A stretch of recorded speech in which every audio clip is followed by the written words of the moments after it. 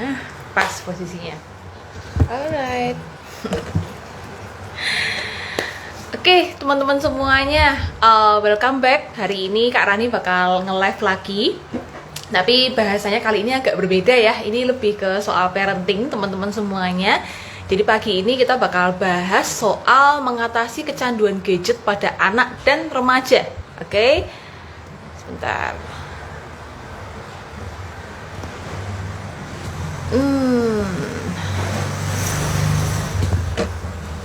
Oke, kita bakalan tunggu ya teman-teman ya. Siapa aja nih yang udah hadir di sini?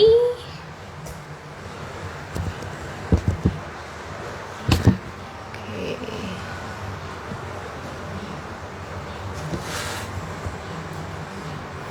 Oke, kita masih sambil menunggu teman-teman yang akan hadir di live kita pada pagi hari ini. Mohon maaf sekali lagi teman-teman karena harusnya jadwalnya adalah jam 2 siang, tapi karena berhubung karena ada keperluan yang lain jadi akhirnya dimajukan jadi jam 10 pagi ya. Tapi it's okay aja, mudah-mudahan hari Minggu ini teman-teman semuanya tetap semangat, teman-teman tetap enjoy, tetap menjaga kesehatan, dan juga tetap beraktivitas seperti biasa ya. Oke, kita sambil tunggu tamu kita siapa pada pagi hari ini. Kayaknya belum ada yang gabung, mungkin masih pada tidur kali ya. Minggu pagi biasanya tidur, atau mungkin teman-teman lagi ibadah, atau mungkin ada kegiatan yang lainnya gitu ya. Tapi it's okay, kita bakalan ngobrol santai pagi hari ini tentang mengatasi kecanduan gadget pada anak dan remaja. Oke? Nah, ini kan problem yang klasik banget ya kayaknya ya. Anak dan remaja zaman sekarang itu kalau udah main gadget tuh lupa waktu ya. Nah, nanti kita bakalan cari tahu sih gimana caranya sih untuk mengatasi problem yang satu ini, teman-teman. Karena banyak banget orang tua yang bingung dan bertanya, harus kayak gimana sih bersikap ke anak kalau anak tuh sudah mulai kecanduan gadget gitu kan.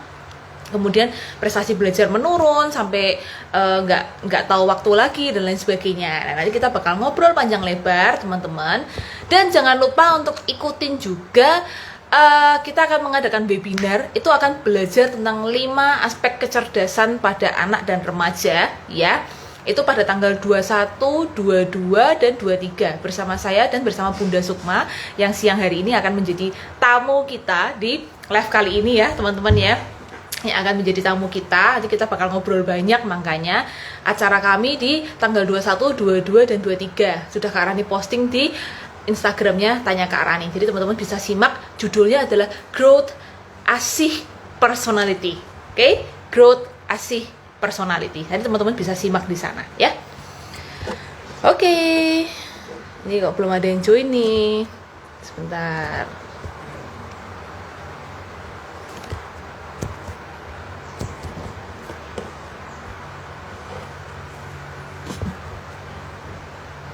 Halo, ada Anissa NRS 30 join. Anissa, apa kabar nih Anissa? Semoga sehat selalu. Nah, ini dia bintang tamu yang sudah kita tunggu-tunggu.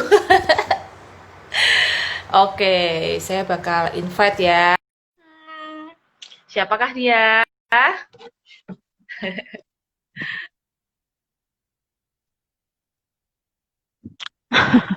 Wah, rapet banget nih. Halo Mbak Rani, semangat Halo, pagi. pagi. Semangat pagi dong. Mumpung hari Minggu kita Ya, tetap harus semangat ya. Panggilnya Bunda atau Mbak betul. atau apa nih enaknya nih? Enaknya apa ya? Mbak aja kali ya, Aja kali biar ya. tetap muda Semoga kayak Kak Rani ya. iya dong. Oke, Kak Rani Mbak Sukma gimana? sehat? Sehat, sehat. Mbak Sukma gimana nih? Sehat? Sehat, Alhamdulillah. Alhamdulillah ya. Minggu-minggu nggak ada acara nih. Apa habis ini pergi nih jalan-jalan sama keluarga? Iya, rencananya begitu ya. Tapi belum tahu ini Bisa jadi ya? atau enggak. Oke, family time ya. Mau refresh dikit lah ya. Senin sampai Sabtu ada kegiatan padat, saatnya refreshing ya. Betul, yang kinyis-kinyis. Oke. Kinyis-kinyis, ijo-ijo, seger-seger gitu ya. Iya, ke alam aja ya kan, yang alam terbuka kan Alhamdulillah. lagi COVID gini kita juga cari tempat-tempat untuk refreshingnya kan yang nuansa terbuka ya. Ya, betul. Biasanya kemana nih tempat yang asik yang deket-deket Semarang ini, di mana sih yang disukai Mbak Sukma dan keluarga? Ke Mungkin bisa atas jadi kali ya, referensi. ke Ungaran ya. Ungaran, Oh, Sidomukti, Bandungan, yang ya. sejuk-sejuk, yang alam terbuka lah, Area ya kan, ijo-ijo cuci mata,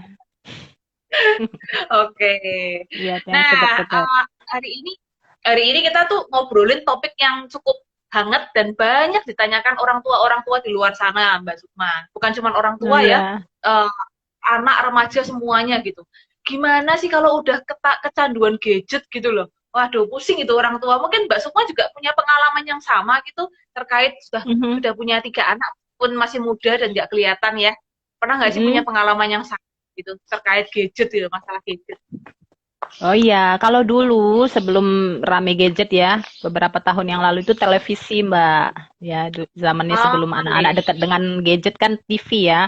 Nah, jadi pada waktu itu biasa pulang sekolah tuh nonton ya kan. Jadi pernah tuh satu masa pulang sekolah TV saya simpan gitu kan kabelnya gitu kan nangis tantrum gitu ya. Aduh uring-uringan gitu. Nah, ini kan sebenarnya tanda ya ciri-ciri kalau misalnya dia sudah ada kecenderungan ke arah apa candu tadi ya. Merasa marah, kesel kalau misalnya objek yang dia sukai itu tidak ada.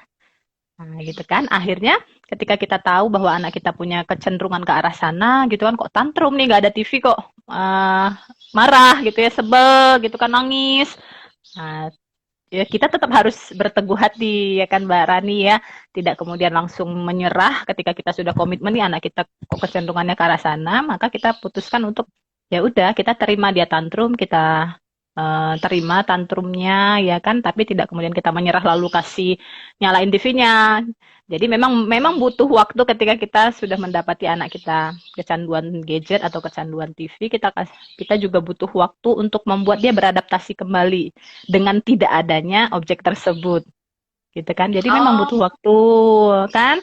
Nah, sehingga memang saya beberapa hari itu tidak lagi menghidupkan TV supaya dia juga tidak candu itu tidak ingat gitu. Misalnya kalau saya lagi bosan saya harus nyalain TV. Nah, karena memang tidak ada kabelnya, jadi kan nggak bisa mengarah ke situ lagi. Akhirnya dia punya iya, iya. alternatif pikiran jadi nyari aktivitas lain kan, entah main ke Oh, temennya atau melakukan aktivitas apa. Akhirnya dia mencari solusi sendiri nih. Nah, dalam proses hmm. masa adaptasi tersebut. Nah, akhirnya pasca itu ketika kemudian saya memberikan ruang lagi untuk mereka menonton TV, kecanduannya tadi tidak begitu lagi gitu. Jadi ada tidak ada mereka sudah tidak lagi mencari dalam artian tidak lagi tantrum seperti yang awalnya. Begitu juga halnya nanti dengan gadget ya. Gitu. Tetap butuh Sama ya proses ya pengakuannya. Karani ya. Yes, yes, Tetap betul. memang kita harus memberi ruang untuk jeda stop dengan objek tersebut sehingga anak-anak ini punya kesempatan untuk mencari alternatif lain ketika mereka mengalami kebosanan atau kejenuhan, dia bisa belajar untuk mencari hal-hal lain yang bisa membuat dia terrefresh gitu ya. Nah, tapi kalau Yes. misalnya dia tantrum lalu kemudian kita mengalah, menyerah, udah kasih dia daripada nangis, ya akhirnya anak juga nggak belajar menyesuaikan diri, iya kan? Oke. Menurut Yang Karani menjadi gimana? Oh iya ya. gimana? Tapi saya bayangin kalau jadi orang tua nih berarti yang jadi tantangan ini harus tetap teguh dan tegar ya. Meskipun anak mau tantrum mau seperti apa, orang tua harus tetap konsisten ya. Garis bawahnya di situ ya, Mbak ya. Betul, karena makanya dibilang kan ilmu parenting itu adalah ilmu mendidik diri orang tua itu sendiri gitu ya. Kalau pada umumnya kan kita belajar parenting kita kira ilmu untuk mengasuh anak gitu ya. Padahal eh, spesialisasinya sebenarnya lebih ke mendidik diri orang itu tua itu sendiri sehingga mudah baginya mengarahkan anaknya. Nah, dan itu memang tidak mudah Oh, ya, betul, betul. Ngomongnya berproses. gampang, tapi prakteknya nggak mudah ya, Uh-uh. Mbak ya. Iya, Oke, berproses juga. betul, betul, betul. Tapi yang sering dicermati nih, ternyata teman-teman, sebuah perilaku addicted atau kecanduan itu biasanya memang bermula seringkali ya, yang di lapangan yang ditemukan ya, Mbak Sukma ya, Mm-mm. seringkali bermula karena anak ini sudah secara tidak langsung dibiasakan. Itu biasanya seringnya seperti itu. Orang tua tuh secara nggak langsung nggak membiasakan loh. Kalau sekarang kita ngamatin ya Mbak Sukma, di mall Iya, misalkan, orang tua supaya anak bisa duduk diem dan makan akhirnya dikasih tontonan gadget gitu. Terus kemudian ya. ketika orang tua lagi kerja supaya nggak digangguin anaknya, ya udahlah kasih HP lah, gimana daripada dia kemana-mana gitu kan. Terus kemudian Yes. kedua juga biasanya yang membuat si anak ini ketika tumbuh dewasa tapi masih ketagihan gadget itu karena dia itu tadi ya tidak menemukan aktivitas lain yang cukup menyenangkan selain gadget gitu ya. Ya memang Mm-mm. tawaran dari gadget itu sangat menggiurkan ya, udah warna-warni, suaranya Hmm. asik gitu, terus kemudian pokoknya Interaktif menyenangkan lagi ya. dibandingkan Heeh. kegiatan interaktif gitu ya dibandingkan yang lain. Jadi kalau orang tua sendiri nggak kreatif-kreatif untuk mencari kegiatan, wah si anak ini lama-lama akan berpikir gadget lebih menarik dibandingkan hal-hal yang lain ya. Itu bahayanya di situ ya teman-teman ya. Terus kemudian juga saya amati Mbak Sukma, Ya. anak-anak zaman sekarang ini sepertinya ini kalau kacamata psikolog ya, ada perasaan seperti kosong ya. Entah itu kosong karena kebutuhan emosinya yang kurang atau memang Hmm. interaksinya yang kurang keluarga, sehingga dia lebih asik untuk berinteraksi sama gadgetnya aja daripada sama keluarga atau saudaranya gitu. Itu gimana sih? Mhm. Mbak Sukma pernah nggak sih ngalamin seperti itu sebagai orang tua nih dan sebagai Hmm, psikolog? iya. Kalau saya mengamati di rumah sebenarnya tidak sedemikian juga gitu kan. Itu kan persepsi dari orang tuanya sendiri. Bagaimana kita Yes. melihat kondisi yang ada di lapangan gitu ya. Jadi kalau kita menganggap aduh anak saya udah kecanduan, nah akhirnya kita jadi ini ya merasa resah sendiri gitu. Nah, makanya tetap dimulai dari pikiran orang tua tersebut sendiri gitu ya. Makanya sekarang ada istilahnya grow mindset ya, Mbak Rani ya. Grow mindset, Iya, ada iya. fixed mindset gitu ya. Jadi kalau orang tua punya pikiran fixed mindset, mindset tetap, dia akan berpikir, waduh kalau anak saya sudah pegang HP, Bu, udah deh ya, orang tuanya nggak didengerin, pelajarannya nggak dikerjain gitu ya, mudah marah. Iya, Nah iya. itu kan fixed mindset. Walaupun memang kenyataannya pada saat ini kita lihat seperti itu anaknya, tetapi sebagai orang tua kita perlu juga mengubah mindset kita dulu nih, sehingga perasaan dan tindakan kita akan mengikuti, ya kan? Nah, tetap tumbuhkan Iya. grow mindset atau mindset tumbuh kita bahwa ya mereka itu hanya menggunakan gadget untuk selingan saja, untuk refreshing saja, tidak kemudian Hmm. ketika dia sudah main HP kemudian tidak bisa kita kendalikan, tidak gitu ya. Saya yakin anak saya bisa mengatur dirinya, bisa juga mudah untuk diarahkan. Ketika kita punya mindset seperti itu, perasaan kita kan jadi lebih nyaman ya, lebih tenang walaupun anak kita pegang HP, tapi kita punya keyakinan bahwa ketika anak saya suruh makan, saya suruh sholat, saya suruh ngerjain PR-nya, dia mau. Sehingga ketika kita Ah, menegur atau mengingatkan dia, ayo abang, kakak, udah waktunya sholat, udah waktunya kerjain PR dulu. Emosi yang tergetar itu kan beda ya Mbak ya. Ketika kita iya. mindsetnya tadi, udah deh nyebelin banget nih anak kalau udah main HP nggak bisa lepas Bu. Oh, Akhirnya udah iya, iya. kebawa marah ya. Kebawa marah pada saat Betul. mengingatkan anak, udah berhenti main HP-nya, kerjain PR-nya. Jadi galak gitu ya. Tapi Iya, kalau iya. misalnya mindsetnya pakai mindset yang tumbuh tadi, ketika lihat anaknya masih asik main HP, dia bergerak untuk mengingatkan pun bertahap. Nah, jadi kalau misalnya saya, Oh, kita kan bergeraknya jadi bertahap, nggak langsung sekamat gitu kan. 5 menit lagi ya, atau ini permainan terakhir ya. Nah, habis itu kita kerjain tugasnya gitu. Nah, jadi anak juga punya ruang kesempatan untuk menyelesaikan dulu apa yang sedang dia mainkan di HP-nya iya. sebelum kemudian melakukan apa yang orang tuanya instruksikan. Betul, betul. Karena Setuju anak nggak? tuh juga setuju, setuju. Karena kita sebagai orang dewasa aja suka kesel ya kalau lagi asik ngapain, terus kemudian Betul. diinterupsi, baris matiin, baris main. Oh, Apalagi pasti ngurus emosi kan? giliran marah ya. Iya. Apalagi anak-anak ya. Mereka nggak Heeh. tahu kalau itu salah kan, sesuatu yang salah gitu ya. Tapi ini menarik sekali ya, Mbak Sukma, tentang growth mindset dan fixed mindset gitu. Tapi realitas sehari-hari banyak ya. Maksudnya orang tua yang kemudian sulit berubah karena punya pemikiran yang fixed mindset. Pemikiran yang sulit untuk berubah ya, maksudnya ya Mbak Sukma. Kalau sudah Iya, negatif ya negatif gitu mindset ya. tetap. Ketika dia sudah berpikir tidak bisa, maka tidak bisa. Ketika dia sudah Oh, berpikir anak saya candu, ya udah candu aja gitu kan. Padahal semua perilaku itu kan bisa berubah. Nah, kalau grow betul. mindset tadi dia punya keyakinan bahwa anak saya masih bisa diperbaiki, anak saya masih bisa diarahkan gitu kan. Wah, ini growth mindset dan fixed mindset ini bagus banget kalau bisa diterapkan ke diri sendiri, ke pasangan, ke pekerjaan, dan ke semua aspek juga ya, Mbak Sukma ya. Betul, iya.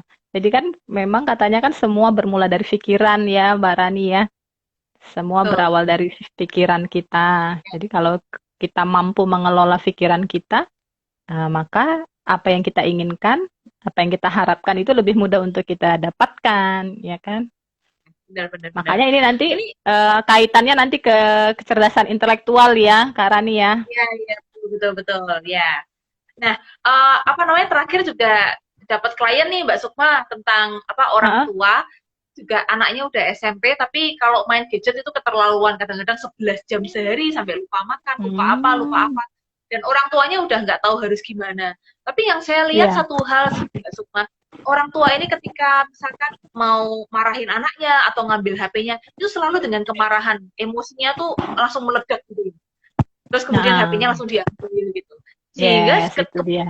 saya lihat si anak ini juga dalam kesehariannya merasa insecure, merasa nggak percaya diri, merasa tidak nyaman untuk berbicara sama orang tuanya karena orang tuanya selalu pakai cara otoriter, selalu meledak dulu, marah dulu dan tidak ada komunikasi yang nyaman gitu loh. Padahal itu penting ya, komunikasi itu harus terbangun dengan baik ya. Iya, iya, komunikasi, cara kita menyampaikan keinginan atau pesan kita itu kan perlu juga kita jaga. Makanya selain kecerdasan intelektual atau kemampuan pikir orang tua, juga perasaannya juga perlu dikendalikan ya, manajemen emosinya ya Kak Rani ya. Nah, sehingga dalam Betul. ketika dia jadi enggak keselnya yang dominan, tapi lebih ke tenang ya, mengkondisikan dirinya tenang dulu, baru kemudian dia bertindak. Sehingga Ya. bisa tetap fokus pada tujuan. Tujuannya misalnya anaknya mengerjain tugas, ya udah arahnya ke situ gitu kan. Jadi kalau misalnya ada sesuatu yang memancing emosinya, dia tetap kalem, tetap senyum ya, sampai kemudian apa yang dia targetkan tadi tercapai. Meskipun memang kadang prakteknya nggak mudah ya Mbak Sukma dan tidak selalu berhasil ya. Namanya manusia kadang ada masanya naik, turun. Mungkin kadang lagi stres dengan kerjaan, mungkin stres dengan pasangan. Jadi akhirnya juga apa eh, itu juga bikin mood sangat-sangat fluktuatif banget ya Mbak Sukma ya. Iya, ya, Masalah-masalah stres-stres yang lain ini ya. emosi kita kan menular dari apa yang ada di sekeliling kita, ya kan? Jadi memang salah satu caranya adalah mengenali emosi kita saat ini. Iya kan ya Yes. Kak Rani ya. Kalau kita bisa kenali emosi kita kan kita jadi tahu nih, oh saya lagi galau nih hari ini gitu. Jadi kalau kita sadari emosinya, jadi kita tahu apa yang harus kita lakukan. Oh saya perlu nih melakukan terapi emosi, saya perlu nih latihan meditasi misalnya, atau melakukan mindfulness teknik untuk kemudian Ya. merilis emosinya itu kan, sehingga nanti kalau emosinya udah yang galau tadi jadi tenang, tidak lagi mempengaruhi dia dalam merespons sekelilingnya yang mungkin memancing emosi. Yes, betul, Nah, betul. Ini kan sekarang lagi banyak tren banget ya, Mbak Sukma. Kita dengar banyak yang menyediakan pelatihan mindful working, mindfulness parenting dan lain sebagainya gitu ya. mm-mm. Sebenarnya kuncinya memang apa? Saya yakin sebagai orang tua tuh nggak akan pernah mudah ya, Mbak Sukma yang sudah menjalani, apalagi orang tua yang masih harus bekerja, masih harus mengurus rumah Iya, tangga, terus apa mikirin pasangan juga, mikirin anak-anak, apalagi anak yang lebih dari satu gitu. Tapi kuncinya sebetulnya kita memang perlu berlatih untuk sering-sering mindful ya, Mbak Sukma ya. Jadi meskipun tanggung jawab ini banyak dan lain sebagainya, tapi bagaimana caranya kita tetap sadar diri, awareness-nya yang perlu ditingkatkan ya, Mbak Sukma ya, kenali siapa iya, diri kita, kenali seperti apa emosi kita, dan akhirnya kita bisa bersikap seperti yang seharusnya gitu, selayaknya gitu ya ke anak-anak kita ya.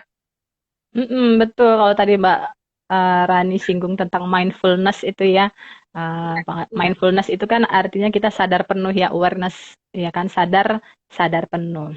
Kenapa penting sadar penuh itu? Karena memang manusia itu tidak mudah untuk multitasking, walaupun pada prakteknya kita selama ini multitasking ya. Iya. Tetapi itu kan tidak membuat kita happy. Pasti kepikiran kan, misalnya lagi masak kemudian mikirin anak ngerjain tugas gitu kan, kan nggak optimal gitu ya. Nggak optimal kenapa? Karena jadinya jadi mudah emosi ya kan. Aduh ini masakan Umi belum siap nih. Ini apa Mi gitu ya. Ya jadi masa gitu aja nggak tahu. Jadi responnya jadi bisa jadi Kacau ya. keliru. Maka pentingnya mindful itu kan dalam artian kita perlu satu persatu mengerjakan apa yang hendak dilakukan. Kalau memang sedang masak ya udah masak, setelah masak baru pegang anak, dampingi anak. Sehingga ketika kita hadir penuh dalam aktivitas yang dilakukan, itu kontrol emosinya juga jadi lebih mudah. Pikirannya karena nggak bercabang. Yang buat jadi emosi berabe itu kan karena pikirannya kemana-mana, pikirannya bercabang, pikirannya liar. Nah, teknik mindfulness itu melatih kita untuk hadir penuh dengan apa yang sedang dikerjakan. Oke. Seperti itu. Ketika fokus, kemudian energinya juga baik, kitanya tenang, dan anak juga akan menangkap respon emosi kita juga, dan hasilnya akan lebih maksimal gitu ya Mbak Sukma ya. Ya, kayak misalnya kita lagi ngobrol aja ya. Kalau misalnya kita ngobrol lalu misalnya yang satu temennya lagi sambil main HP atau sambil mikirin apa, orangnya ada nih tapi pikirannya kemana-mana. Sebel nggak? Sebel ya, ini kok diajak ngobrol kok gini sih, nanti dia merespon tapi responnya nggak tepat karena nggak dengerin gitu kan. Nah, sama sih seperti itu. Akhirnya kan emosinya mempengaruhi yang lain juga.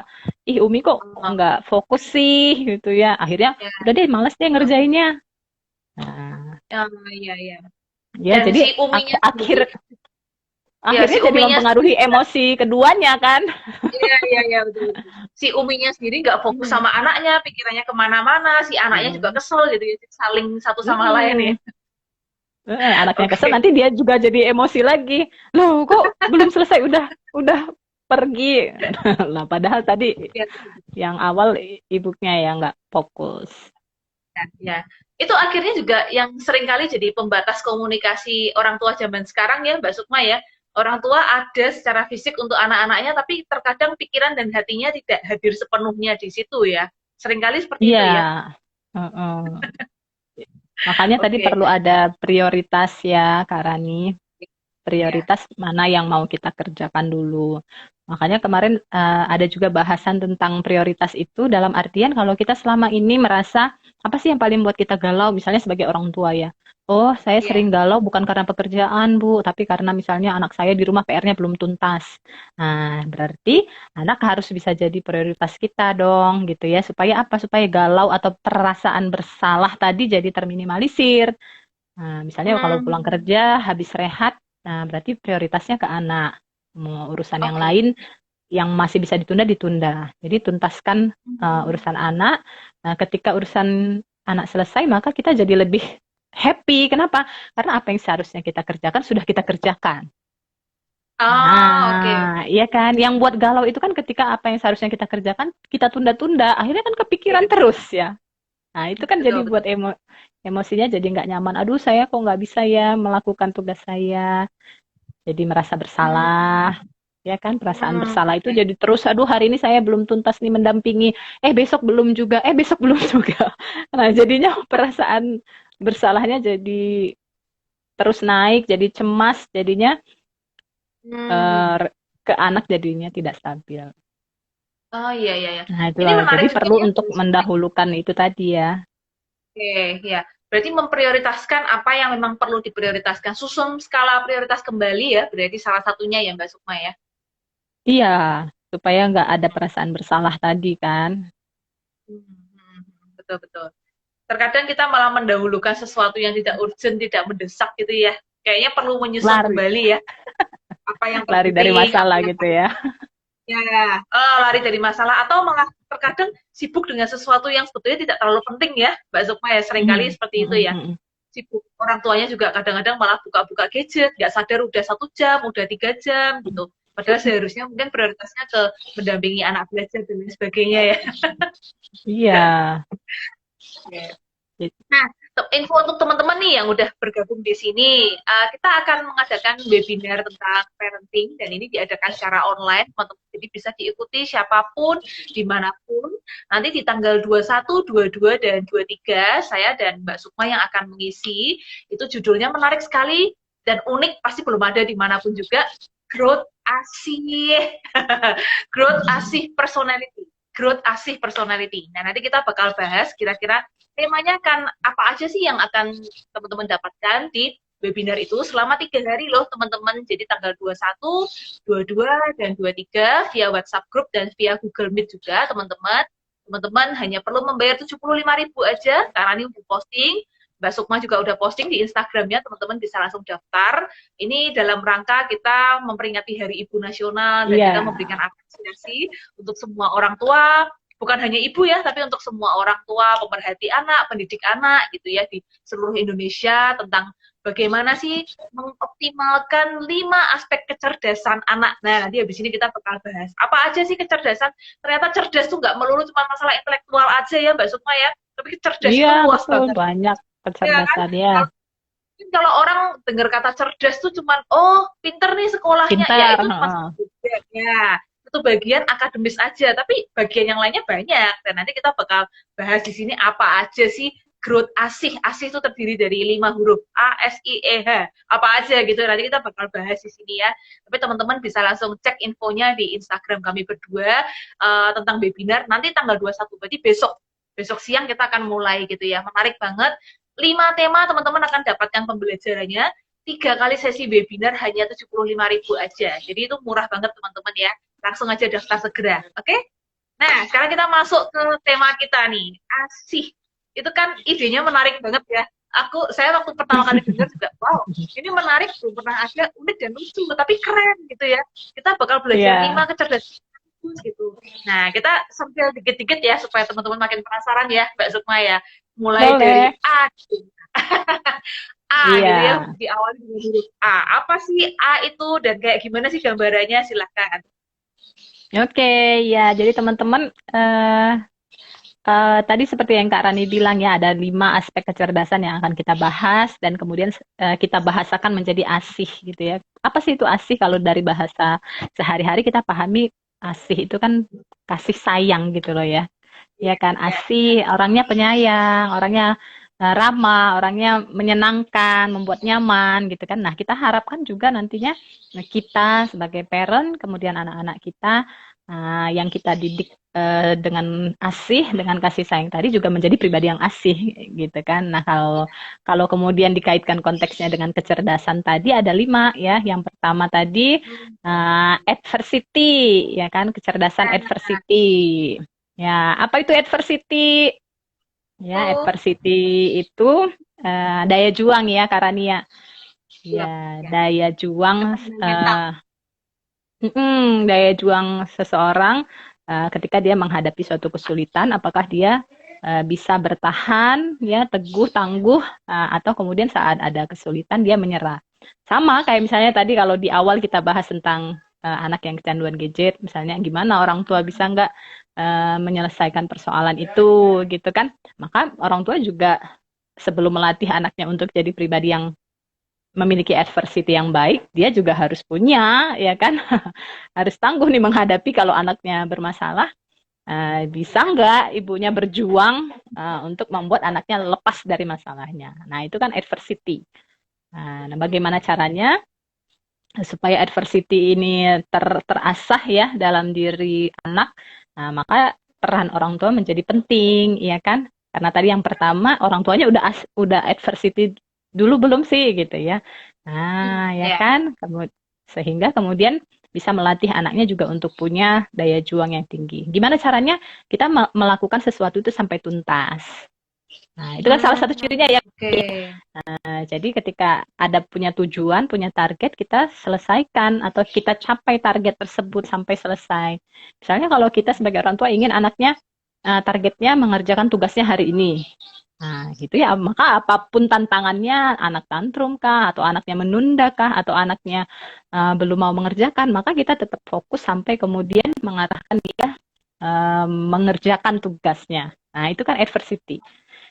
Ya kan? Sehingga anak juga terlatih. Aduh Bu, susah nih soalnya gitu ya. Ada 5 soal, baru 3 soal udah ya 3 aja dulu gitu kan. Nah, itu kan kita bagaimana kita mendorong supaya yang 2 lagi bisa terselesaikan kan. Ayo bisa, kamu bisa. Ayo sini ibu dampingi, ibu bantu mana yang nggak bisa. Nah, gitu kan. Ayo dikit lagi nanti dapat hadiah. Ya kan itu kan bentuk-bentuk cara kita mengarahkan mereka supaya tangguh menyelesaikan tugasnya tadi, gitu kan. Tapi kalau kitanya juga sebagai orang tua nggak tangguh, ya udah deh kalau 3 ya udah 3 dulu aja, itu besok lagi. Oke, benar-benar. Ya kan? Akhirnya oh iya ya ternyata kalau kita punya target dan kita belum capai, ya udah, kalau kita nggak sanggup ya udah. Nah, akhirnya kan anak jadi punya pemikiran seperti itu kalau tidak didukung oleh orang tuanya yang juga mempunyai daya juang yang tinggi. Itu Oke, contohnya wah ini adversity. menarik banget. Anak zaman sekarang nih karena banyak banget yang kurang daya juang ya kalau saya amati ya Mbak Mm-mm. Sukma ya. Entah karena pola parenting yang kadang-kadang orang tua selalu ingin menyelesaikan semua permasalahan dan apa namanya tantangan yang mesti dihadapin anak gitu loh. Orang tua selalu ada, ya udahlah sini biar mama papa aja yang selesaiin Ya, gitu. Ini kan kurang begitu ideal ya kalau kita mau dalam ya. rangka melatih adversity quotient untuk si anak ini ya, kecerdasan dan ketangguhan mental ya Mbak Sukma ya. Karena juga banyak Mm-mm. tuh keluhan dari sekolah ketika saya ngisi webinar dan lain sebagainya, ketika si anak misalkan melakukan kesalahan, lalai dalam tugasnya atau apapun, besok orang tuanya yang maju untuk menyelesaikan masalah anaknya gitu. Ini kan kurang begitu pas ya sebetulnya ya.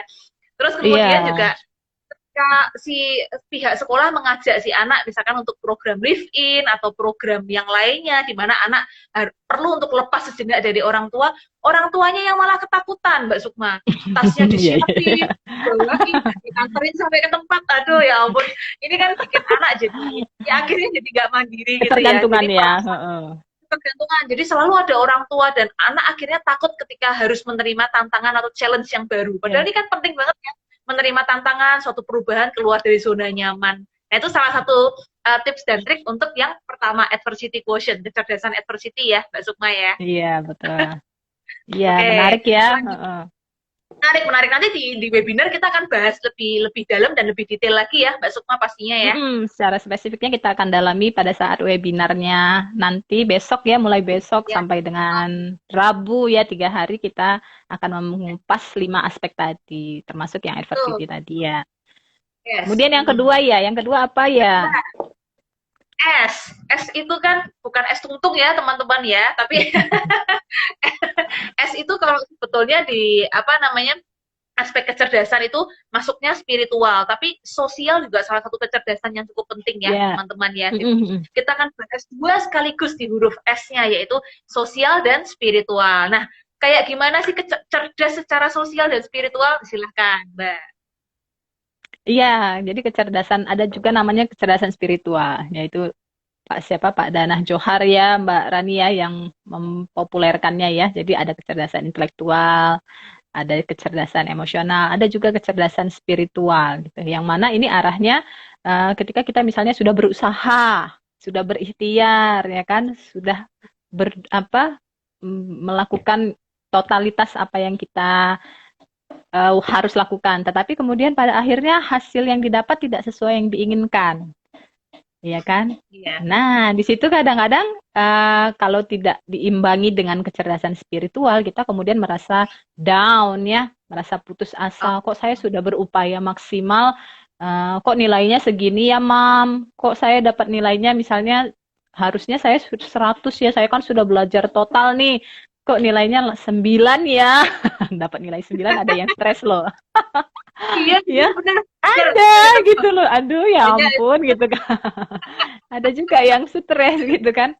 Karena apa? Karena dia punya harapan tapi kemudian tidak sesuai dengan kenyataan. Nah, ya Ya. adanya jarak antara kenyataan dan harapan itu kan membuat orang kadang kecewa, ya, kadang tidak terima, kadang merasa marah, ya kan.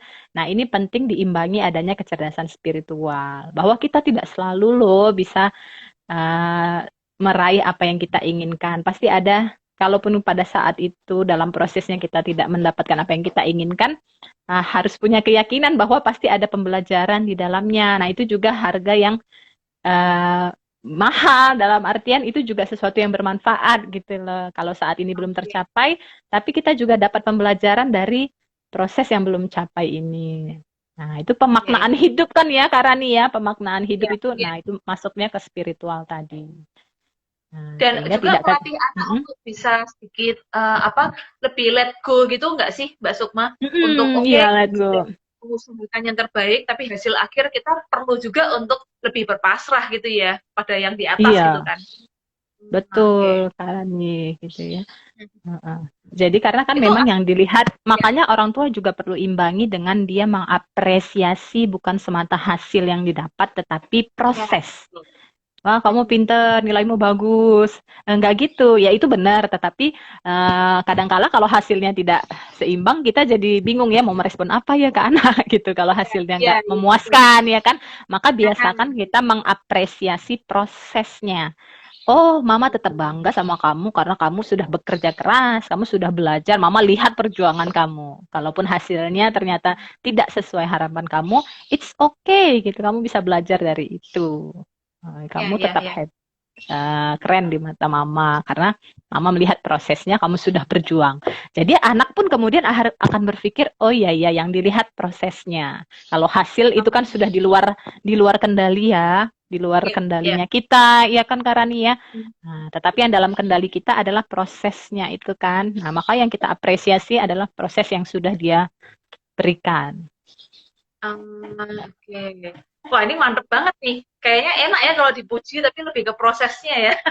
Tapi banyak orang-orang yang belum tahu bagaimana cara memuji yang tepat juga ya, Mbak Sukma ya. Ya Oke. tetap ya ada standar inilah ya. Kalau ada nilainya kan tetap bisa menjadi standar. Tetapi Ya, kalau kita sebagai orang tua kan support kita kan di itu ya, di prosesnya itu kan. yes, Seperti itu. betul. Nah, kalau itu kan spiritual ya, tapi estetik kan ada dua ya, ada sosial juga. Nah, sosial tuh Mm-mm. apakah juga menyangkut seperti seorang anak itu mesti cerdas juga dalam interaksi sosial dengan lingkungan sekitarnya gitu, secara sosial gitu, atau bagaimana, Mbak? Iya, kalau kecerdasan sosial memang kaitannya dengan hubungan antara kita dengan orang lain gitu ya, termasuk anak nanti dengan dunia sosialnya ketika dia di sekolah gitu ya. Kalau sekarang mungkin terbatas banget interaksinya paling dengan orang-orang sekitarnya. Tapi kalau pada saat di sekolah, kecerdasan sosialnya jadi penting. Kenapa? Karena pasti butuh interaksi kan. Kalau sendiri aja juga dia boring ya, bosen, nggak nyaman. Tapi kalau dia bisa bersosialisasi dengan baik, itu akan membuat dia jadi nyaman ya, berlama-lama di sekolah juga betah. Kenapa? Karena ada teman-teman yang bisa diajak ngobrol, ada teman yang bisa diajak sharing, kalau dia lagi galau, kalau dia lagi kesulitan, punya Iya, teman ya untuk berbagi. Ya, seringkali orang stres kan karena misalnya tidak punya teman untuk berbagi ya Kak Rani ya. iya, iya. Aduh, Betul. lagi sedih pengen cerita ke siapa ya? Nanti Iya, didengerin iya. nggak ya? Iya. Nah, tapi kalau punya teman Iya. untuk berbagi rasa itu kan enak ya, nyaman ya, gitu. Hmm. Ya. Hmm. Nah, ini kan banyak nih keluhan nih, Mbak Sukma, orang tua zaman sekarang tuh ngomong gini, anak saya tuh kok susah berinteraksi ya, Kak Rani gitu. Sering banget itu masuk Mbak Sukma. Oh Itu iya. apa ya? Apa sih yang menyebabkan anak zaman sekarang tuh jadi sulit untuk berinteraksi? Apakah karena kebanyakan gadget sehingga kemampuan sosialnya kurang atau kayak gimana sih faktor-faktor yang membuat kecerdasan sosial tidak terasah itu? Memang ada fasenya kan anak-anak itu menjadi individualis atau fase egosentris ya, mementingkan dirinya Ya, sendiri. Ya, ya, itu sebabnya kan dari kecil kita perlu melatih anak kita untuk berbagi gitu ya, atau untuk memahami orang lain, untuk memaafkan. Nah, itu kan salah satu hal yang membuat dia jadi mudah bergaul dengan orang lain ya. Punya keterampilan sosial dalam artian mudah memaafkan.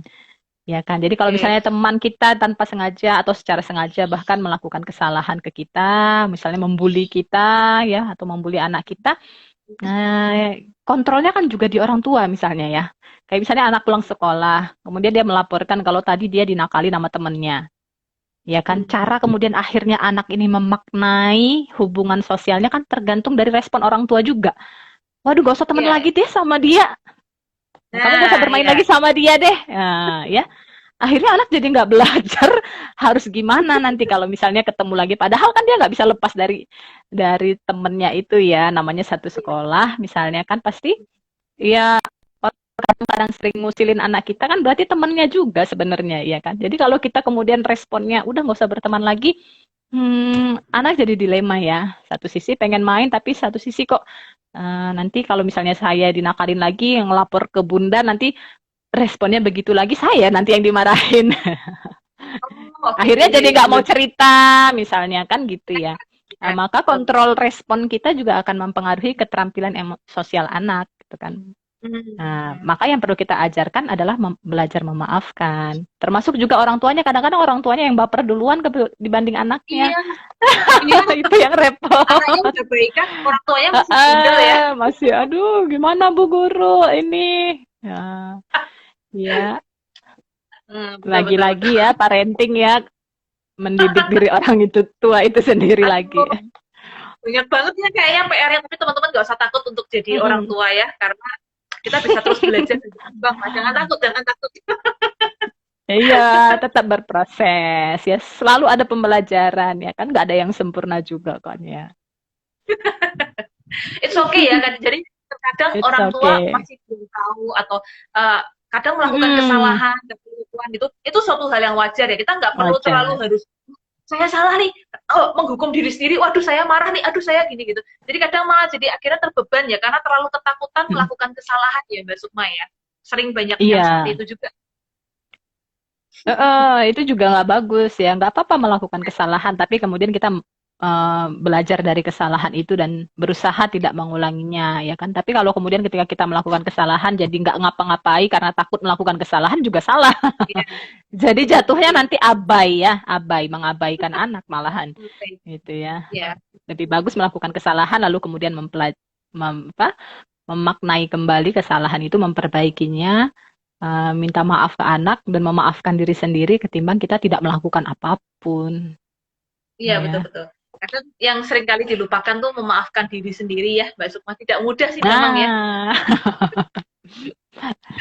iya. Udah salah terus menghukum diri sendiri seterusnya gitu, terus kemudian akhirnya kayak terlalu mendewakan si anak karena aduh saya udah pernah melakukan kesalahan besar nih gitu, dan itu juga nggak akan baik ya efeknya ya pasti.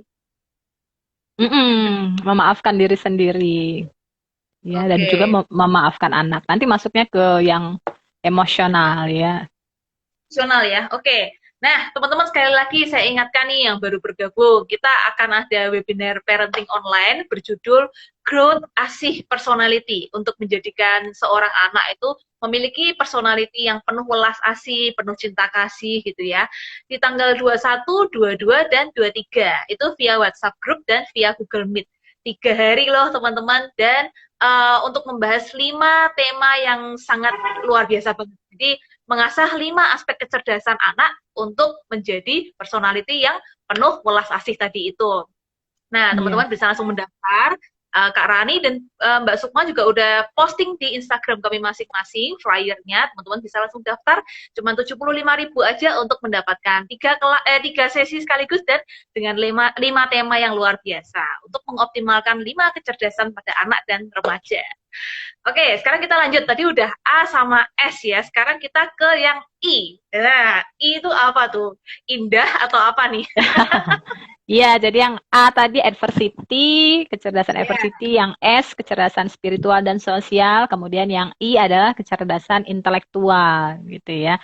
Ya, jadi banyak yang berpikiran bahwa kecerdasan intelektual IQ itu ya berperan besar terhadap kesuksesan anak. Nah, ya, berkembangnya waktu, berkembangnya ilmu pengetahuan, kemudian berbeda ya. Nanti masuk ke yang poin E, kecerdasan emosional gitu ya. Jadi ternyata 80% kesuksesan itu justru ditentukan oleh kecerdasan emosional, ya kan Kak Rania. Jadi sisanya itu kecerdasan intelektual dan seterusnya tadi. Gitu. Jadi ya. perlu kita mengimbangi gitu ya. Jadi kalau kita ingin anak-anak kita lebih sukses, kita perlu mengkondisikan perasaan anak kita itu dominan di perasaan damai, tenang, bahagia. Ya kan, Kak Good. Rani ya.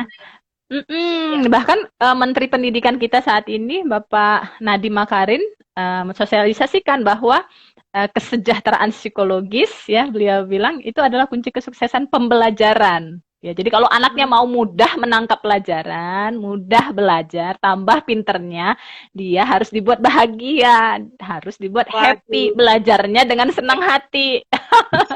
Jadi kalau belajarnya sambil ngerungsung, sambil sedih, sambil Ya. ketakutan gitu ya, akhirnya kan blocking ya. Walaupun dia IQ-nya tinggi, tapi ketika dia belajar dalam kondisi tertekan, pelajarannya jadi susah untuk didapatkan gitu kan. Jadi kalau kita ingin anak kita mudah nih mudengnya ketika diajarkan, buat dia happy. Artinya kita mendampingi dia belajar juga dalam kondisi yang tenang, nyaman, happy, sehingga Nah, walau yang sedikit yang kita sampaikan nancep tuh, nancep. Ya, aku seiring yang dengan lama ya. benar, karena apa menangkapnya dalam kondisi yang happy. Nah, Hmm, jadi jadi sejalan ya Karani ya. ya PR banget nih ya Mbak Sukma ya, bagaimana mengkondisikan Mm-mm. situasi belajar, apalagi dalam masa daring kayak sekarang ini, tapi emosi anak nih mesti happy, semangat, ceria gitu ya. Apalagi namanya anak ya, emosinya kadang gampang Ya. naik, gampang turun ya. Nah ini PR orang tua juga ya, gimana caranya untuk settingan suasana di rumah juga, bukan cuma suasana belajar itu selalu menjadi sesuatu yang menyenangkan gitu ya. Nah, tapi Betul. Mbak Sukma, kemarin saya sempat baca sebuah artikel gitu, Ya, intelijensi itu memang yang dulunya seringkali didewa-dewakan atau diunggulkan oleh semua orang tua. Selalu pusing ya. mikirin, waduh, anak aku nanti IQ-nya rendah. Masih TK udah sibuk untuk cari tes IQ dan lain sebagainya karena takut nanti anak saya terlambat, anak saya nggak bisa berprestasi dan lain sebagainya. Padahal sebetulnya kalau hari ini kita bahas prestasi bukan cuma dari intelijensi aja atau aspek Betul. intelektual itu ya, tapi banyak faktor yang lain. Nah, seringkali orang tua juga salah persepsi ternyata Mbak Sukma. Intelijensi Gimana? dianggap sebagai bisa punya nilai yang bagus. Bisa punya nilai bagus Oh, berarti intelijensinya kalau pasti IQ-nya bagus. tinggi ya. Ha. Kalau IQ-nya tinggi. Padahal pada kenyataannya banyak banget anak-anak yang maaf IQ-nya tinggi tapi prestasinya nggak bagus. Malah lebih Mhm. banyak yang IQ-nya biasa aja atau mungkin sedikit rendah tapi kemudian prestasi akademisnya bagus. Padahal kalau kita mau lihat sekali lagi prestasi akademis juga bukan segalanya untuk menentukan si anak ini pinter atau cerdas ya. Nah, Iya. um, kemarin dari artikel yang saya baca itu ternyata yang dimaksud dengan intelijensi atau aspek intelektual itu adalah bukan lebih ke masalah prestasi akademis, tapi lebih ke bagaimana seorang anak ini cerdas, cermat, dan mampu untuk menyelesaikan setiap persoalan dalam hidupnya. Nah, jadi Hmm. misalnya kayak orang tua Ya. yang sering dari kecil menstimulasi anak untuk bermain permainan yang memecahkan Mhm. persoalan, bermain strategi, Oke. kemudian juga mainan-mainan kayak inilah, misalkan kayak catur atau kayak bermain Tebak-tebakan hama, gitu ya. tebak-tebakan gitu kan. Terus Heeh, kemudian heeh. bermain yang membangun sesuatu itu ternyata memang mengasah Hmm. aspek intelektual si anak gitu. Goalnya bukan supaya Ya. nilainya bagus, tapi goalnya supaya dia cerdas ketika menghadapi sebuah masalah dalam hidupnya. Jadi cepat dalam mencari solusi, cermat, kemudian tidak salah melangkah, tidak salah mengambil keputusan, tidak sembrono. Mhm. Jadi logikanya terasah gitu loh teman-teman. Nah, jadi Oh ya. mudah-mudahan orang tua juga apa namanya semakin paham ya ke sini bahwa intelijensi bukan satu-satunya tolok ukur untuk anak punya prestasi yang bagus, tapi bagaimana dia lebih cerdas dalam menyelesaikan setiap persoalan dalam hidupnya. Goalnya kan ke sana ya. Karena kan Mhm. sekolah emang penting ya untuk berprestasi, tapi nanti ke depannya itu lebih penting seorang anak punya skill yang bagus nih dalam menyelesaikan setiap kesulitan atau persoalan hidupnya. Karena nggak selamanya orang Mhm. tua akan mendampingi anak-anaknya ya untuk menyelesaikan masalah ya, Iya. Mbak Sukma ya. Nah, jadi Iya mulai betul. dari Nah, dilatih mandiri. betul, sejak dini latihlah anak untuk cerdas dalam menyelesaikan setiap persoalan dan tantangan dalam hidupnya. Nah, goalnya ke sana sih sebetulnya. Kalau yang aspek I Hmm. itu tadi. Oke, mantap nih insight baru ya Karani ya. Jadi bukan hanya Ya, dari ya, segi nilai ya, kemampuan berpikir itu ya, betul, ya. tetapi itu tadi dari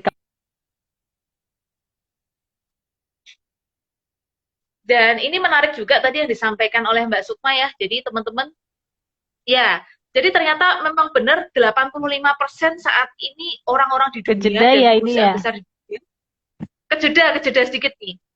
Mantap tadi yang disampaikan yang tentang kecerdasan emosional. Habis ini ya, teman-teman ya. Jadi 85% perusahaan besar di dunia dan 85% kesuksesan orang di dunia tidak hanya ditentukan dari aspek intelektual aja atau aspek nilainya aja, tapi ternyata juga kecerdasan-kecerdasan yang lain itu penting juga untuk kita cermati. Salah satunya emosional. Nah, ini aspek yang E ya, Mbak Sukma ya. Yang berikutnya nih ya, emosional. Emosional tuh kayak gimana nih Mbak Sukma? Apakah emosional tuh marah-marah sembarangan atau terlalu reaktif terhadap suatu apa permasalahan atau kayak gimana nih? Boleh dijelaskan? Ini agak keputus-putus ya. Tapi udah oke kok, Sudah. udah oke kok. Oke, iya. Udah. Masuk ke kecerdasan emosional ya. Ya. Oke, ya. Jadi kecerdasan emosional itu kan kemampuan, kalau dari sisi pengertian ya Kak Rani ya, kemampuan seseorang itu mengenali, ya kan, mengenali emosinya dan juga emosi orang lain, ya kan. Jadi anak-anak itu memang perlu sejak kecil dilatih mengenali emosinya, ya kan. Jadi orang tua harus harus cermat ya melihat anaknya. Ini anak saya misalnya dari kecil aja. Oh ini anak saya nangis karena lapar, ya. Orang tua juga harus kenali nih. Oh anak saya tangisan lapar, tangisan nggak nyaman atau tangisan pengen didekati orang tuanya kan harus kita kenali termasuk kalau anak-anak tantrum gitu kan kita juga harus peka mengenali emosinya kenapa sehingga kita bisa memberi respon yang tepat sesuai dengan kebutuhan anak gitu kan. Nah, itu dari sisi orang tua. Kalau dari sisi anak kan kita juga harus bantu dia mengenali emosinya bahwa misalnya ketika dia nangis karena dia sedih, misalnya mainannya diambil kakaknya atau diambil abangnya atau diambil adiknya gitu kan. Saat dia nangis itu kita bisa sambil memperkenalkan, kamu lagi sedih ya. Tadi mainan kamu diambil ya.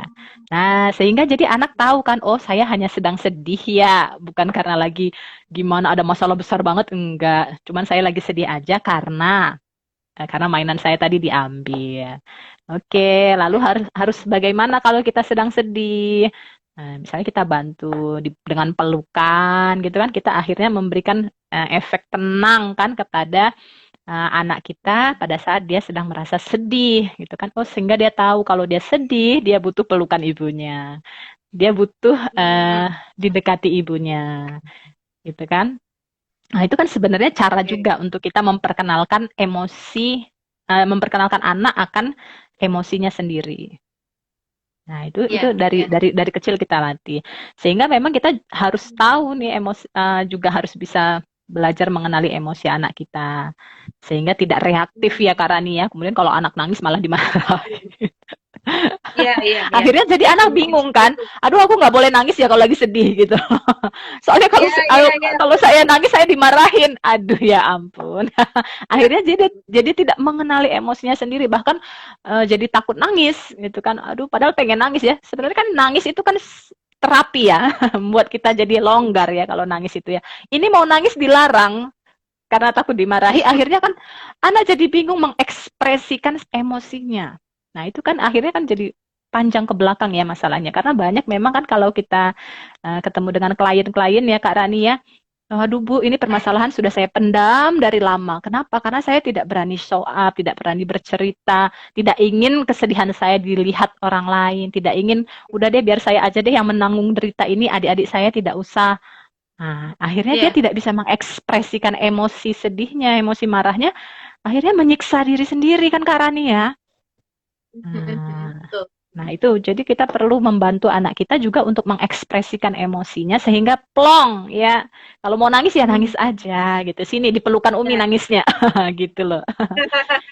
Iya Dan kan? ini Jadi ya, lega. itu juga mengajarkan anak untuk apa ya, punya regulasi emosi yang sehat ya, Mbak Sukma ya. Benar. Iya. Jadi akhirnya anak tuh nggak berpendapat kalau saya nangis, kalau saya marah-marah itu saya salah gitu ya akhirnya ya. Mm-mm. Jadi perlu Mm-mm. untuk orang tua mengajari anak gimana cara mengekspresikan emosi secara sehat. Kemudian Yes. lama-kelamaan anak akan belajar, oh ketika saya marah saya harus begini, mungkin saya harus menyampaikan dengan kata-kata yang baik misalnya seperti itu, atau berarti menangis itu nggak apa-apa gitu ya. Itu penting banget ya. Mm-mm. Penting kita sampaikan dan kita menerima itu kan. Oke, anak saya nangis, oh dia lagi sedih. Kita kasih ruang juga. Ya, oh ya silahkan nangis dulu misalnya. Nangis yang banyak nangis, nanti dia diam sendiri disuruh nangis malah dia. Ya, jadi Kayak biar emosinya keluar dulu kan. iya, Nah, tapi iya, kalau iya. misalnya kemudian ada yang keliru, misalnya dia ketika marah teriak-teriak atau misalnya berkata kasar, nah itu kan perlu kita luruskan ya. Setelah dia selesai nih, sudah selesai, kemudian kita luruskan. Abang, kakak, adik, kalau marah, eh, diam gitu ya, kita ajarkan. Diam, diam dulu. Atau kalau misalnya belum bisa tenang, boleh boleh ke kamar dulu, tenangin diri dulu. Supaya tidak keluar nih kata-katanya yang kasar, kata-katanya yang tidak seharusnya keluar gitu kan. Nah, Hmm. seperti itu. Jadi kita sambil ajarin. Nah, gitu Tapi ya. ini cukup Nah, PR yang cukup berat ya Mbak Sukma. Orang tuanya sendiri harus apa ya, minimal bisa kontrol juga emosinya ya. Karena oh iya kadang ada orang jelas. ya kan, Karena biasanya orang ikut terpancing ya. Nah, itu jadi terpancing. susah mengarahkan. Ya, betul. Anaknya marah, dia lebih marah lagi lah. Nah, saya tuh sering banget banyak lihat fakta yang seperti itu ya. Orang Mm-mm. tua melihat anaknya mulai berkata kasar atau anaknya mulai menyerang ibunya misalkan ketika marah, Mm-mm. ibunya makin marah lagi gitu. Akhirnya nggak Iya, selesai-selesai. Wah nggak betul ya. gampang emangnya. Makanya kan kuncinya di orang tua ya Kak Rani yang perlu rajin-rajin detox emosi atau main ke Kak Rani, Kak Sukma untuk detox emosi ya. Detox Melepas emosi. inner child-nya itu kan pengaruh juga ke emosional orang tua ya. Makanya kadang-kadang Ah, ada pertanyaan, Bu, saya udah ikut kelas parenting di mana-mana, tapi kok masih aja emosi ya? Karena belum keluar ya, belum selesai dengan luka emosi masa lalunya. iya, iya. Nah, Mm-mm. Aduh, kayaknya perlu menyimak channel YouTube-nya Mbak Sukma nih ya, Sukma Tiarti, perangin angin ya. Banyak banget ya membahas iya, soal inner child ya. Dan apa iya, namanya, tentang silakan. apa, Mm-mm. ah, Berdamai juga dengan inner saya child ya. sampai dengan inner child itu saya menarik banget nih, karena waktu itu saya juga sempat dengerin dan itu jadi salah satu terapi juga untuk diri saya gitu Mhm, waktu itu dan mhm, dengerin inner child ini. Apalagi waktu itu dikaitkan dengan inner child dan kemudian peran sebagai orang tua Saran ya. Waktu itu banyak orang di tua. videonya ya, Mbak Sukma ya. Iya, Itu menarik banget. heeh, Bisa mampir ke channel YouTube-nya Sukma Diarti Perangin Angin atau mampir ke channel YouTube saya Tanya Spasi Kak iya, Rani. Kalau saya sih lebih membahas tentang masalah-masalah milenial anak muda ya, Mbak Sukma yes, ya. Nah yes, kalau Mbak heeh, Sukma ini heeh. banyak di video-video soal parenting dan itu cukup menarik gitu. Teman-teman bisa mampir deh nonton. Nah, Mbak Sukma, apa namanya? Saya mencermati satu hal. Kayaknya banyak juga orang tua yang ngikut kelas sana sini bahkan maaf sampai mengeluarkan puluhan juta untuk belajar ke sana sini. Tapi ketika berhadapan dengan si anak, itu kayak aduh emosinya tuh tetap nggak bisa Tetap kontrol reaktif gitu loh, ya, mhm, kreatif. Jadi uh, kemarin juga saya dengar ada seorang ayah bercerita, saya tuh kenapa ya Kak Rani ketika saya tuh melihat anak saya tuh nggak tepat janji, misalkan main gadget sampai molor-molor waktunya, saya tuh langsung wah marah gitu dan kayak nggak bisa kontrol. Padahal untuk mengatasi yes, masalah dengan pasangan, masalah pekerjaan saya mhm, bisa sabar, dia bilang gitu. Dan kalau sudah marah itu, saya rasanya selalu pingin semakin menekan anak saya sampai dia nggak berdaya. Padahal udah nangis, udah minta maaf, udah merasa mhm, bersalah si anaknya itu, dan itu tiap hari terjadi. Padahal setelah itu nanti kalau anaknya udah tidur, si ayah ini menyesal gitu. merasa Nah itu bersalah, padahal udah ikut sana ikut sini gitu. Yang saya cermatin satu sih Mbak Sukma, terkadang orang tuh apa? hanya belajar mengasah intelektualnya aja sekali lagi ya, Oh logika iya, rasionya dia tahu harus bagaimana, tapi emosinya belum kena gitu. Jadi mhm, masalah-masalah yang tertumpuk beban emosionalnya itu memang tadi belum dikeluarkan dan belum kena ke aspek hurt hatinya gitu. Jadi akhirnya iya, tahu saya nggak boleh marah, tahu saya harus sabar, tahu saya harus begini, tapi nggak bisa karena ini dorongan dari sini lebih kuat gitu. refleks ya, refleksnya Refleks, muncul, refleks. Dan nggak bisa kontrol gitu, kayak rasanya tuh pingin udah kayak monster aja, udah kayak orang yang lain, mhm, bukan kayak seperti dia yang biasanya. Dan itu iya, cukup bahaya ya teman-teman. Jadi terkadang ya kita bukan ngomong belajar itu percuma, belajar itu perlu, tapi kita perlu mhm, ingat juga gitu, sudah belajar itu masuk ke dalam hati kita belum. Nah ini aspek yang terakhir nih. Jadi belajar ilmu pengetahuan perlu juga untuk kita praktekkan. Caranya gimana? Ya memang harus hati dan pikiran itu mesti selaras ya. Karena kalau mhm, masih ada konflik di sana itu berat gitu. Ya keluarnya kayak gitu. betul. Saya tahu saya mesti begini, tapi saya nggak bisa melawan suara hati saya gitu. Iya, Nah, harus ini selaras ya Kak Rani ya, harus selaras. Ya, tapi memang ya itu kadang butuh waktu ya Mbak Sukma, terutama juga memperbaiki atau menyembuhkan sisi inner child kita, luka-luka batin masa lalu kita. Karena setelah saya lihat ternyata banyak banget orang tua yang melakukan kekerasan ke anaknya, mereka dulu juga pernah menjadi korban kekerasan dari mhm. orang tuanya ya, Mbak Iya, Sukma ya. makanya jadi refleks kan, pikiran bawah sadarnya Refleks. yang dia Iya. pelajari seperti itu. Ya, tapi Mhm, bukan berarti itu menjadi alasan pembenaran bahwa kita harus tetap terus melanjutkan pola seperti itu ya. Karena perubahan mhm, ada di tangan kita ya, Mbak Sukma ya. Kapanpun kita mau berubah ya, itu adalah tanggung jawab kita gitu. Kita punya pilihan untuk berubah jadi lebih baik. Nah, salah satunya kita belajar lewat kayak hari ini, mengembangkan 5 aspek ini. Jadi sekali lagi bukan cuman aspek knowledge atau pengetahuan yang perlu kita Ya, asah, tapi hatinya juga, hatinya. Kita perlu bertanya, hatinya gimana nih gitu. Nah, sekarang iya ke aspek yang betul. terakhir ya. Semua ini, wah ini kayaknya paling paling apa ini ya? Aspek yang ini yang paling deg-deg nih kayaknya nih. Karena ternyata setelah meskipun kita punya A, S, I, E, tapi H Mm-mm. ini cukup penentu ya, Mbak Sukma ya. Oleh karena itu kenapa Iya, ditaruh di terakhir gitu ya. Ibaratnya penutup kayak ya, penutup, pelengkap. gitu, pelengkap gitu. Tapi tanpa H ini belum lengkap juga gitu. Jadi Iya. harus belajarnya tuntas gitu loh sampai aspek H. Nah, oke, sekarang aspek terakhir A, S, I, E, H, aspek H. Apa itu Mbak Sukma? Ya, H itu adalah kecerdasan hati, ya karena ya heart, ya heart intelligence, ya kecerdasan hati yang memang perlu kita asah. Kalau kata orang itu intuisi, gitu ya. Jadi perlu Oke, kita oke. intuisi itu kan memang perlu kita latih ya, kemampuan kita mendengar bisikan dari hati kita. Tentu bisikan hati yang mana, ya kan? Harus dilihat Betul, juga betul, bisikan betul. hati yang mengarahkan ke arah yang baik, misalnya, Ya. ya kan? Nah, sehingga dia nanti sejalan dan yang lain juga akan ikut optimal kalau kecerdasan hatinya atau intuisinya itu sudah terasah, ya kan?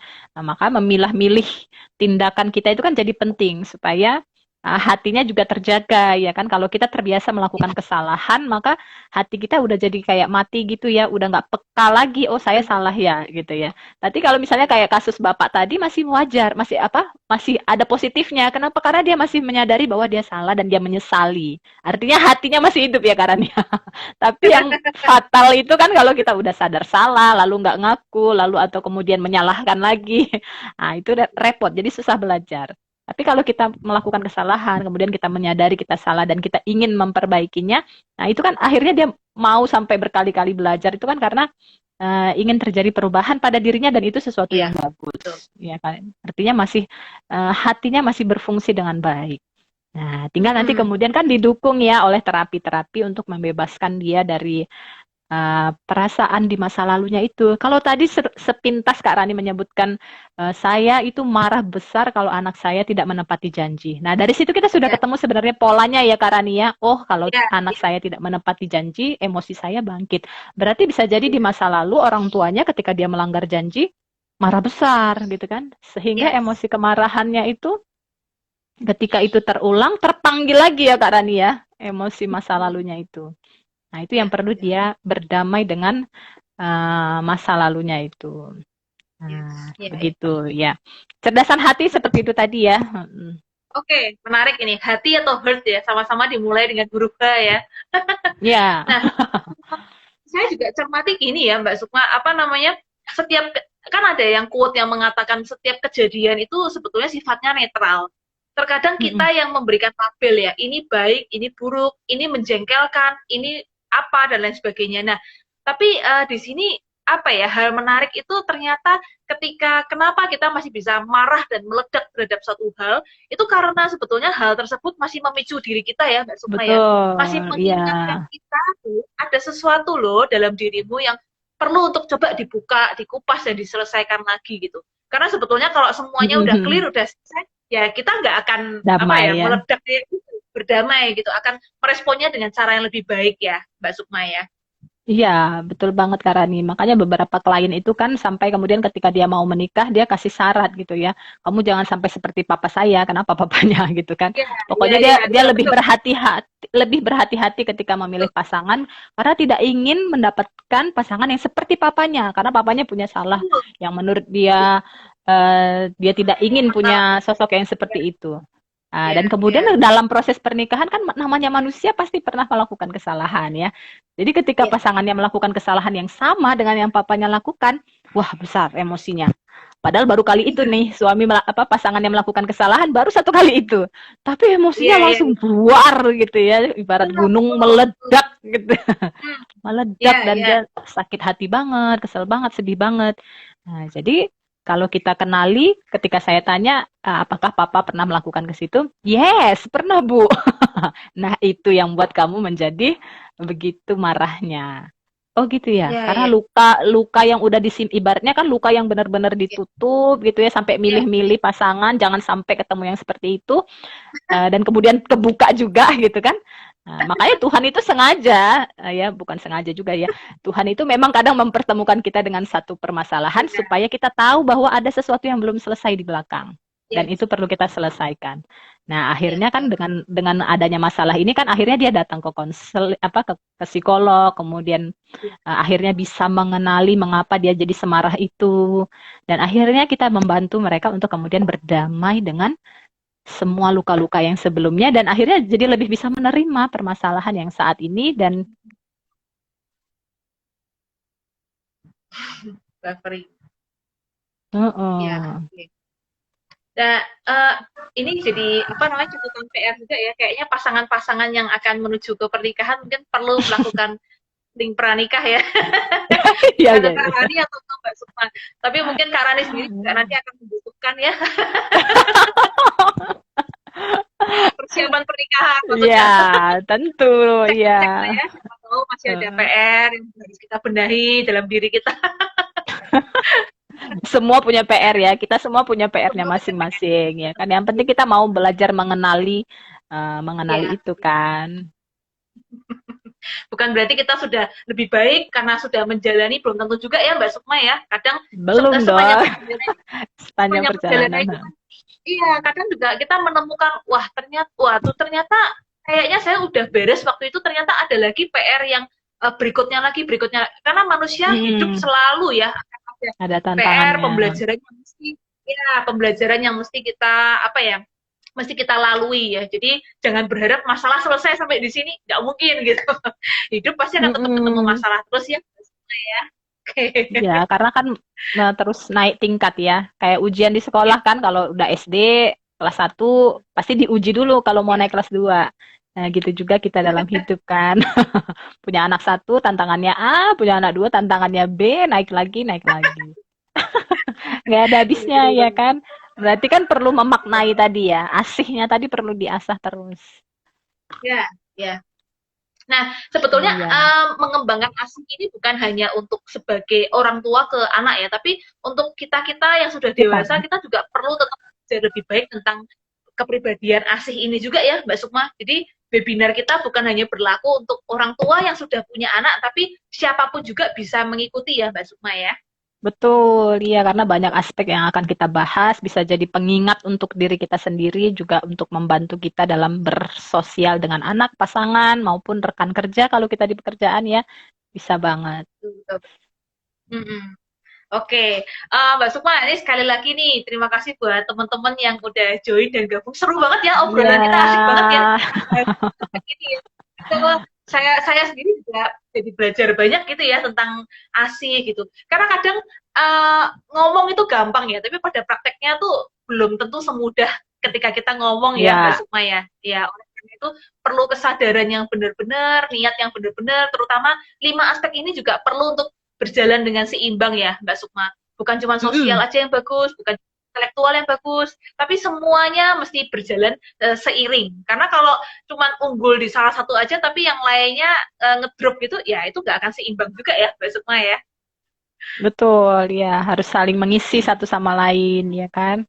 Nah, betul. Ini makasih banget untuk teman-teman yang sudah excited dan ikut sesi kita live hari ini dari pagi tadi dari jam 10 sampai sekarang ini. Teman-teman jangan lupa untuk ikutin webinarnya Oh, ya udah hampir satu tanggal jam ya. udah 1 jam lebih ternyata sekarang live Instagram bisa Oh, 1 jam bisa lebih ya? Mbak Sukma. Oh, gitu. Iya bisa. Pantesan kok. Oh, iya baru tahu. Iya nggak kerasa kan Makanya udah Mbak Rani kok santai aja nih. iya Biasanya udah udah lebih warning-warning ya. Oh, iya, biasanya iya, kalau iya. udah iya mau deket zaman gitu. Nah, ini juga apalagi untuk teman-teman mahasiswa psikologi atau pembelajar yang peduli dengan apa namanya parenting, kemudian untuk dunia anak ini bisa banget diikutin. Siapapun Anda dengan background apapun bisa ikut, teman-teman. Besok kita akan mulai tanggal 21, 22 dan 23 via WhatsApp group dan via Google Meet juga. Jadi jangan sampai kelewatan infonya. langsung aja cek di Instagram kami berdua, sudah kami posting di sana, Growth Asih Personality. Akan ketemu kita berdua, jadi jangan bosan-bosan selama 3 hari ke depan ya. Dan teman-teman bebas untuk nanti bertanya, diskusi, terus kemudian teman-teman juga nggak bisa konsultasi lah, pokoknya kita santai, fun, diskusi, dan tentunya mendapatkan materi yang luar biasa bersama kita berdua. Gitu ya Mbak ya, Iya, Mbak Sukma? betul. Nanti kita Ada juga ada kasih bonus terapi-terapi untuk merilis yes. emosi-emosi sehingga memudahkan teman-teman kita semua untuk kemudian bisa mengoptimalkan asih, kecerdasan asihnya tadi ya, Kak Rani ya. Jadi bukan cuma sekali lagi bukan cuma intelektual yang didapetin, bukan cuma Betul. informasi dan edukasi, kita juga kena di emosi dan hatinya. Kenapa? Karena kita juga biasanya melengkapi dengan sesi-sesi terapi gitu. Itulah yang membuat apa ya, pembeda ya Mbak Sukma ya. Karena kalau sebatas knowledge aja tapi belum masuk ke hati, nah ya seperti yang tadi itu gitu kan. Masih Tapi ganjel ketika ya. masih ganjel, tahu tapi kok susah ya melakukannya. Tapi ketika Mm-mm. hati dan pikiran selaras, hasilnya tuh pasti akan berbeda teman-teman ya. Jadi itu bonus tambahan yang akan kita berikan nanti di sesi kita selama 3 hari ke depan nanti. Nah, Mbak Sukma, untuk menutup sesi kita pada pagi hari ini, minggu pagi yang cerah ceria ini, ada apa sih pesan-pesan yang ingin Mbak Sukma sampaikan untuk teman-teman kita? Silahkan. Oh iya, dikasih pesan-pesan ya. Closing statement ya. Oke, teman-teman, terima kasih sudah menyimak diskusi kita pada pagi hari ini. Ya, kita senang sekali ya karena dengan berbagi itu juga salah satu terapi ya buat kita ya. Kenapa? Karena memang kita jadi merefresh lagi ilmu kita, kemudian kita jadi merasa senang juga ya kalau banyak orang yang kemudian mendapatkan pencerahan dan manfaat dari apa yang kita bagikan, dan kebahagiaan teman-teman itu juga adalah kebahagiaan kita semua ya. Jadi pesannya apa? Tetap bahagia, sehat, jiwa, raga, pikiran, perasaan, perilaku ya, sehingga bisa terus beraktivitas dan ikut nanti webinar kita untuk bisa mengoptimalkan potensi yang ada dalam diri kita sehingga apa bisa semakin banyak lagi manfaat yang bisa kita bagi dalam hidup kita. Gitu ya. Wow, luar biasa. Ya, jadi itu tadi ya pesan terakhirnya luar biasa banget ya. Ketika kita sendiri bahagia, ketika kita sendiri berimbang dalam 5 aspek ini dan kemudian apa namanya selaras seimbang, maka kita akan semakin bisa membagikan manfaat, kebahagiaan dan segala hal-hal baik untuk orang-orang di sekitar kita. Luar biasa banget. Tuh. Sip. Jadi jadilah pribadi yang selalu menebar manfaat dimanapun kita berada ya, Mbak Sukma ya. Iya, iya. Jadi semakin bahagia ketika dirinya bermanfaat. Ya, jadi terus untuk membuat dirinya bahagia. Ya, segera daftar ya, teman-teman. Ya, bisa. Segera daftar ya, teman. Cuma 75.000 untuk 5 tema yang sangat luar biasa yang sudah kita sharingkan hari ini, dan untuk 3 sesi webinar via WhatsApp group dan via Google Meet. Dan nanti untuk IGTV ini akan live ini akan saya share juga bisa diulang ya. Ya, jadi teman-teman bisa ulang, nonton dari awal, dan nanti juga akan saya share di channel YouTube saya, Tanya Spasi Kak Rani. Jadi jangan lupa tetap simak terus aja, dan stay tune terus di acara-acara kita berikutnya. Oke, sukses selalu, sehat selalu buat Mbak Sukma, sehat selalu, dan ya, Kak Rani, untuk semuanya. Udah menyimak di sini. Ya, semoga kita bisa ketemu lagi di sesi berikutnya, dan besok ya kita akan mulai ya. Sampai jumpa ya, Mbak Sukma, teman-teman semuanya. Oke, sampai jumpa. Thank you. Thank you.